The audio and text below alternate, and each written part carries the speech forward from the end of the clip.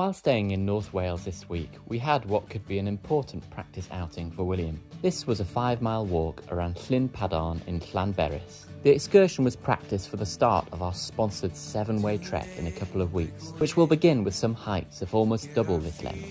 William loves being out in nature, especially near water, but can sometimes prefer to stay in one stimming spot than to cover large distances.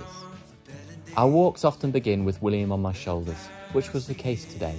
We do have a carrier for him that can make this easier, but he went off this during our last outdoor holiday. Maybe we'll try again soon. Before long, we got to a more unusual part of the walk, a dark tunnel.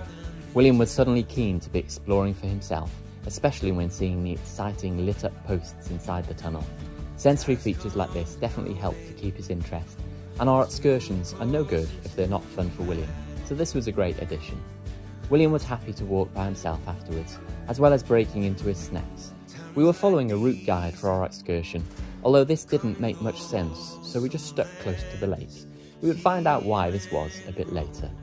After some great scenic spots, we had one of the harder parts of our walk, a climb up a narrow road, where William didn't want to walk at all. As we got to higher ground though, exploring seemed more appealing, and he enjoyed wandering past some houses, looking at views and stone walls. He even picked his first rock sample from the many bits of slate in the area, so maybe he's a geologist in the making like his dad. After our pleasant phase, we had a descent through forest. It was about here that we realised why our instructions weren't making sense. These were for an anti-clockwise walk around the lake, whereas we were walking, you've guessed it, clockwise. I don't think it made any difference to William's enjoyment of the outing, which was clear.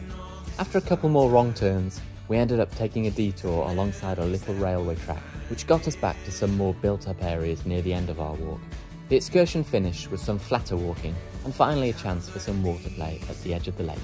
Altogether, we probably did a little more than 5 miles, although I think William walked at least a couple of these. The excursion took us about 4 hours, with lots of stops and distractions as expected. But most importantly, William had a really great time, which is a fantastic confidence boost for our upcoming 7-way trek, which will begin in the Welsh Hills too.